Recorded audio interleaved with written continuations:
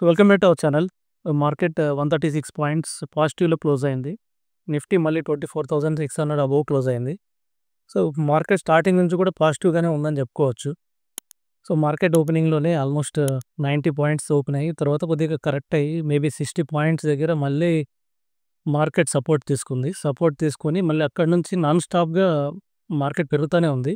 So, మధ్యలో కొంచెం బేసిక్‌గా ఒక 10, 20 పాయింట్స్ లేదా ఒక 30 పాయింట్స్ తగ్గినా కూడా మార్కెట్ అప్ లెవెల్‌లోనే ఉంది. కంప్లీట్‌గా బుల్ మార్కెట్ అని చెప్పొచ్చు ఈరోజు.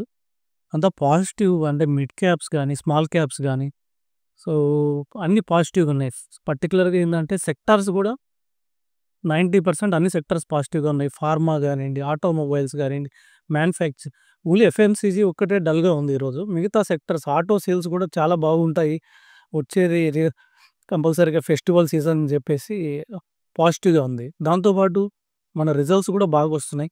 అన్ని కంపెనీస్ కూడా ఎబిటా అంటే టాక్స్ బిఫోర్ వాళ్ళ ఎర్నింగ్స్ ఏదైతే ఉందో వాళ్ళు చాలా బాగా ఇస్తున్నారు. 50%, 40% ఎర్నింగ్స్ చూపిస్తున్నారు ప్రతి ఒక్క company. Out of 10 companies 6-7 companies పాజిటివ్‌గా ఉన్నాయి.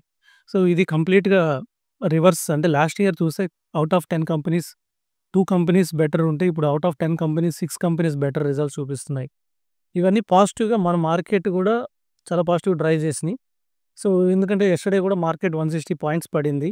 ఇవాళ 130 పాయింట్స్ పెరిగింది. అంటే క్లియర్ పిక్చర్ ఏందంటే మార్కెట్ పడనివ్వట్లేదు, అలా అని పెరగనివ్వట్లేదు. ఎందుకంటే ముందు 2 ఒక కారణాలున్నాయి. ఒకటొచ్చేసి ట్రంప్ మీటింగ్ ఉంది రేపు ఆగస్ట్ 15 అది చాలా మెయిన్ అని చెప్పుకోవచ్చు. సో, అది గాని పాజిటివ్‌గా ఉంటే ఇప్పుడు ఇండియా మీద అడిషనల్ 25% ఏదైతే టాక్స్ వేశారో ఎక్స్ ఎక్స్‌పోర్ట్ టాక్స్ ఏదైతే వేశారో అదేంటంటే రష్యాకి మనం ఆయిల్ ఎక్స్‌పోర్ట్ చేస్తామని చెప్పారు. రేపు రష్యాకి, పుతిన్‌కి, ట్రంప్‌కి మీటింగ్ ఉంది కాబట్టి రేపు ఆ వార్ విషయంలో కొంచెం ఏదైనా క్లారిటీ వస్తే ఆ 25%కి మనం ప్రాబ్లమ్ ఉండకపోవచ్చు. అందుకని చెప్పి మార్కెట్ పడనివ్వట్లేదు. సో, నిన్న 160 పాయింట్స్ పడినా కూడా మళ్ళీ ఈరోజు పైకి తీసుకొచ్చేసారు. సెన్సెక్స్ కూడా 80,600 దగ్గర క్లోజ్ చేశారు. సో, క్లియర్‌గా ఏందంటే మార్కెట్ రేంజ్ బౌండ్ మార్కెట్ అని అర్థమవుతుంది. ఇదే 24,600 ఉంది. మేబీ 24,400 మళ్ళీ దిగొచ్చు. 24,100 దగ్గర ఫిబొనాచి రిట్రేస్‌మెంట్ దగ్గర బాగా 50% దగ్గర మనకి ఫస్ట్ లెవెల్ 38.2% దగ్గర మనకి ఎక్కువ సపోర్ట్ కనిపిస్తుంది. ఏ విధంగా చూసినా గానీ మార్కెట్ చాలా స్ట్రాంగ్ ఉందని చెప్పుకోవచ్చు. ఈవెన్ కాల్ రైటర్స్ కూడా 25,000 అబోవ్ కాల్ రైటర్స్ ఎవ్వరు లేరు ఈరోజు.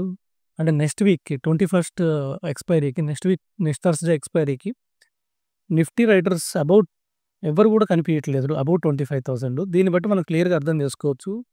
వాళ్ళు మార్కెట్ 25,500 దాటుతుందని అనుకోవట్లేదు. అలా అని 24,000 దిగుతుందని కూడా అనుకోవట్లేదు. సో, ఈ రేంజ్ బౌండ్ మేబీ 24,100 నుంచి 25,000 లోపలే మార్కెట్ 200 పాయింట్స్ డైలీ లేదంటే 150 points daily up move and లో మూవ్ ఉండే అవకాశం మనకు కనిపిస్తుంది.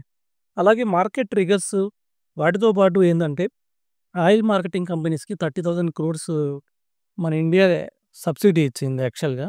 అంటే ఇండియన్ ఆయిల్ కానియండి, లేకపోతే హెచ్‌పీసీఎల్, బీపీసీఎల్ వీటిని ఆయిల్ మార్కెటింగ్ కంపెనీస్ అంటారు. వీటికి ఆహ్, గ్యాస్ సబ్సిడీలు కూడా ఉంటాయి.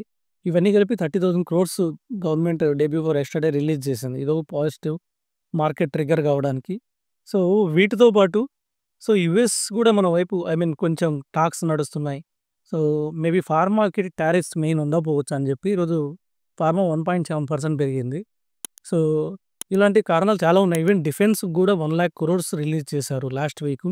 అది మేబీ ఇన్‌స్టాల్‌మెంట్స్‌లో గవర్నమెంట్ రిలీజ్ చేస్తుంది. సో, దానివల్ల ఏందంటే హెచ్ఏఎల్ ఇలాంటి కంపెనీస్‌కి చాలా హెలికాప్టర్స్ ఆర్డర్స్ ఉన్నాయి. అందుకని చెప్పేసి అవి కూడా మార్కెట్‌ని డ్రైవ్ చేసాయనుకోవచ్చు. ఏదేమైనా గానీ ట్రంప్ తోటి మనకింకా ఆహ్, దోబూచులాడుతుందనే చెప్పుకోవచ్చు మార్కెట్. ఎందుకంటే మనం యూఎస్‌ని వదిలి ఉండలేము. యూఎస్‌కి మనం $80 బిలియన్ మనం ఎక్స్‌పోర్ట్ చేస్తున్నాం. అదే రష్యా చూస్తే రష్యాకి మనం అందులో ఆల్మోస్ట్ $3 బిలియన్ కూడా మనం హార్డ్‌లీ 3-4 బిలియన్ డాలర్స్ కూడా మనం ఎక్స్‌పోర్ట్ చేయట్లేదు రష్యాకి. దీన్ని బట్టి మనం అర్థం చేసుకోవచ్చు మనం ఎంత యూఎస్ మీద ఆధారపడి ఉన్నది. యూఎస్ అనేది ప్రపంచం అంతా ఒక ట్రీ అనుకుంటే యూఎస్ అనేది ఒక రూట్ లాంటిది. మొత్తం గ్లోబల్ ఎకానమీలోనే గ్లోబల్ జీడీపీలోనే యూఎస్ జీడీపీ వచ్చేసి ఆల్మోస్ట్ 35% ఉంది.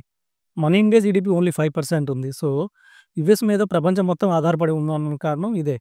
సో, మేబీ మనం ఫ్యూచర్‌లో మనము చైనా కొంచెం కలిసి పార్ట్నర్‌షిప్‌గా మనమేమన్నా ట్రై చేస్తే మన యూఎస్‌ని కొద్దిగా మనం ఆహ్, తగ్గియచ్చు యూఎస్ పవర్‌ని. సో, ఫ్యూచర్‌లో జరగవచ్చు కంపల్సరీగా. సో, అప్పటి వరకు ఏందంటే మీన్‌వైల్ మనం ట్రంప్‌తో ఎట్లైనా గాని ఆహ్, దగ్గరలో ఫ్రెండ్‌షిప్ జేసుకోవాల్సొస్తుంది. మెయిన్ ఏందంటే కరెక్ట్‌గా టారిఫ్‌లు ప్రకటించే టయానికి కాంగ్రెస్ బిల్ పెట్టడము, కాంగ్రెస్ వచ్చేసి చర్చ అడగడము 'ఆపరేషన్ సింధూర్' మీద. 'ఆపరేషన్ సింధూర్' చర్చలో ఆహ్, సెంట్రల్ గవర్నమెంట్ మేము ట్రంప్‌తో మేము మాట్లాడలేదు అని క్రెడిట్ ట్రంప్‌కి ఇవ్వకపోవడం కూడా మైనస్ అయింది. ఎందుకంటే ట్రంప్ కొద్దిగా ఇగో ఫీల్ అయినట్టు అనిపించింది. అందుకని అడిషనల్ 25% యాక్చువల్‌గా పేరుకి రష్యన్ ఆయిల్ అన్నాడు గానీ, రష్యా నుంచి యూఎస్ కూడా డౌన్‌లోడ్ చేసుకుంటుంది. చాలా కెమికల్స్, మినరల్స్ అన్నీ. అలాగే ఐ మీన్ యూకే కూడా యూరోప్ కంట్రీస్ కూడా అన్నీ డౌన్‌లోడ్ చేసుకుంటున్నాయి. అన్నీ ఇంపోర్ట్ చేసుకుంటున్నాయి. సో, ర ఐ మీన్ ఇది ఒక పెద్ద రీజన్ కాకపోవచ్చు. మెయిన్ మనం వాళ్ళకి ట్రంప్‌కి మనము క్రెడిట్ ఇవ్వకపోవడం అదొక మైనస్ అయింది. మేబీ దీన్ని కరెక్ట్ చేసుకుంటే కొంచెం టారిఫ్స్ తగ్గే అవకాశం ఉంది. ఏదైనా గూడా మన ఇండియా ఎన్నో సంక్షోభాలు చూసింది. మనం బ్రిటిష్ వాళ్ళనే 200 ఏళ్ళు భరించాం. తర్వాత కోవిడ్ లాంటివి చూసాం. హర్షత్ మెహతా స్కామ్ చూసాం. కొన్ని వరల్డ్ వార్‌లు చూసాం. గ్లోబల్ వార్‌లు చూసాం. తర్వాత సో, చాలా కంట్రీస్ వార్స్ చూసాం. ఇలాంటియన్నీ మన ఇండియా యొక్క ధైర్యాన్ని ఎక్కడ దెబ్బతీయలేదు. ఫ్యూచర్‌లో గూడా మన ఇండియా ఇట్లాగే ముందుకు సాగుతుంది. సో, ఫ్యూచర్‌లో గూడా మన ఇండియా ఒక పవర్‌ఫుల్ శక్తిగా ఎదుగుతుంది. మేబీ మనం గూడా యూఎస్‌ని శాసించే శక్తికి గూడా ఎదిగే అవకాశం ఉంది ఫ్యూచర్‌లో. ఎందుకంటే మనకి మానవ వనరులనేవి పెద్ద అసెట్. సో, అది ఏ కంట్రీకి లేవు గాబట్టి.